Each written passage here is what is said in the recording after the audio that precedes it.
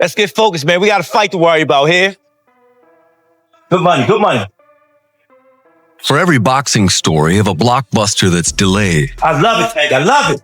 there's also considerable risk built in for champions who turn to other challengers. Dancing with the stars, baby. Dancing with the stars. He's in thought right now, and that's what I'm looking at. So right now, I just want to see what he brings to us. We just got off a plane. You know, a lot of work yesterday from the interviews and stuff, so I want to see how he react.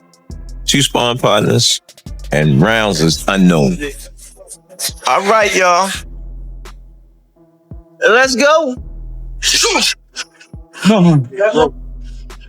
Bang! When they watch us in here working, they saying we going bang, bang, bang, bang, bang. There you go. Good. There you go.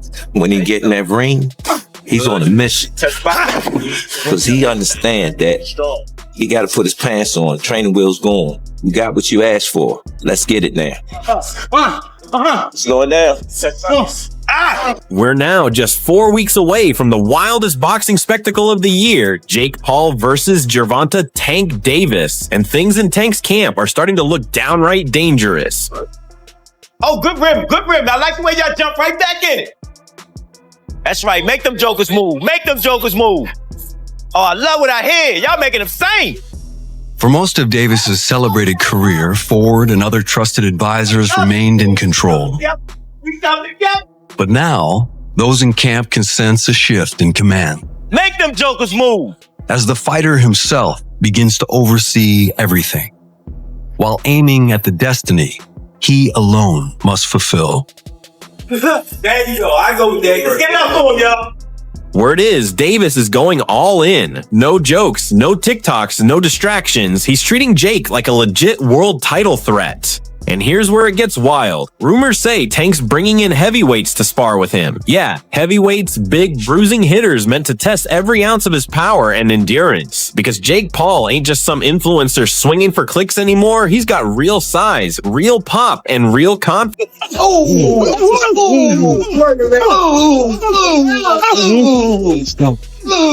Even his shots upstairs here, that's still a body shot on Jake Paul. Everything's a body shot he's throwing. Even when he's changing the levels of the shot. That's a body shot. That's a body shot. That's a body. We're now just 4 weeks away from the biggest boxing event of the year. Jake Paul versus Gervonta Tank Davis. And things in Tank's camp are starting to look seriously intense. Watch it. I see a guy that's targeting the body. And it's the best thing that Tank could do for this fight. I mean, trying to go headshot for headshot with Jake Paul when he's probably Jake's 7 inches taller. 2 sources say Davis is fully locked in. No jokes, no social media distractions, no games. He's treating Jake Paul like a real world title opponent. And here's the wild part. Rumors say Tank is sparring with heavyweights. Big, strong fighters brought in to test his power and endurance. Because Jake Paul isn't just a YouTuber anymore. He's got real size, real strength, and real confidence. So you're going to have to be able to land shots right there on the waistline. And it's probably the best idea if you actually want to knock Jake out in this fight, if you actually want a game plan, because again, it's an exhibition, but if you want a game plan to get him out of there, you have to attack. .3 Team Davis knows that. Reports and leaked videos show Tank training harder than ever, heavy lifting, brutal sparring, non-stop workouts. The goal? Build power and durability without losing his... If Tank can make him miss, get inside, work the body, make him pay there. Head movement off center, pivot out, be slick, and do it again and again and again. That is when we could see a potential Tank Davis. 8.4, but it's still a huge risk. Tank is a natural 135-pound fighter, now moving up to 195 pounds under 12-ounce gloves. It wasn't a learning experience, it was just confirmation. Like, I knew Tank was as good as he is and could do everything that he can do. He's strong, super competitive. He loves this sport. And, you know, he has all of the recipes to be everything that he's been. 5, that's a 60-pound jump into dangerous territory. Fans love the challenge, but critics warn that adding too much weight could slow him down and weaken his best weapon. That explosive knockout punch that made him one of boxing's most feared finishers. Explosive with power. I mean, it just goes on and on and on. I saw all that right live in action with him. And, the funny thing was, you know, because of our size differential and because I was at the end of my camp, to me, it was just, let me get in here and get these rounds in. But along the way, my heart was smiling. I'm like, yep. 6. And just when you thought his training couldn't get crazier, Shawn Porter stepped in with stories straight from a war zone. Porter said sparring Tank wasn't a lesson. It was a confirmation. Everything people say Tank can do, he really does, and faster than you believe.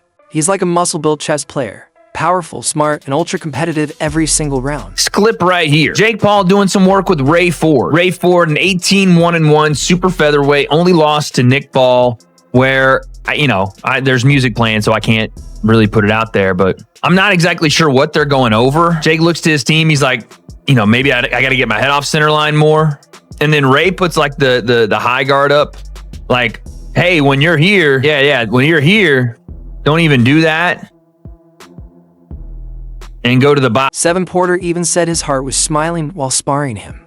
When a former world champion says that, Tank is special.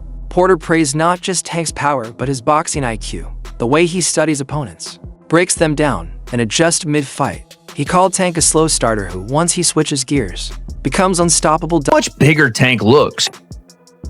Now again, he is a small, sleight of frame, statured individual to begin with. Tank is a very small guy. If you blinked, you might think this young man right here is Tank Davis. No, I'm playing.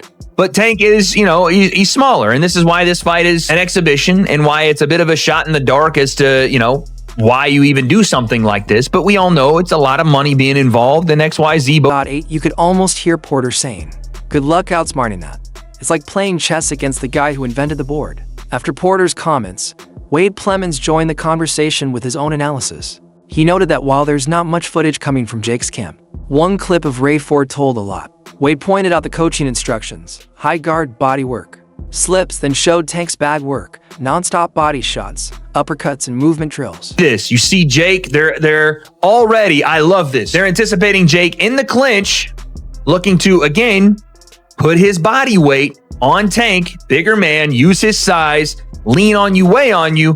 You see the post in the frame from Tank. Post frame, hold, bang. Lead hand up. 9 Wade broke it down perfectly. Tank is practicing how to make a bigger man uncomfortable, clinching, countering, and timing Jake when he leans on that right hand. Wade also noticed Jake's habit of going off balance when throwing power shots, something Tank's team is definitely studying. If you're Jake and you've been caught flat-footed on camera, that's basically a sign saying, hit me here. Maybe retirement and people observing that he might be a little checked out, that probably more than not, we're not going to get it. We checking him out. So if that's the case, we checking him out. And if he retired, wish him the best in his retired life. So I don't think we get it. Being realistic, but if we do, we'll see. We're not focused. Tank isn't just throwing combos for show. Wade explained that Tank's training focuses on punishing overextended punches, clinch, overhook, uppercut, explode. Wade sees to possible endings. Either Jake uses his size perfectly and controls the pressure, or Tank times a counter and lands the knockout. Wade admits both are possible, and that's what makes this fight so exciting. It's skill versus power, brains versus brawn, pure boxing drama. If you had a chance to just run into him, what would you tell him? Man, I got no words for Tank, to be honest with you. That ship sailed. Tank doing him, we doing us. It's nothing for me to talk. Like, he would listen anyway. So Tank beating dances to his own drum and music. So we not worried about him, not worried speaking to him, not worried about him speaking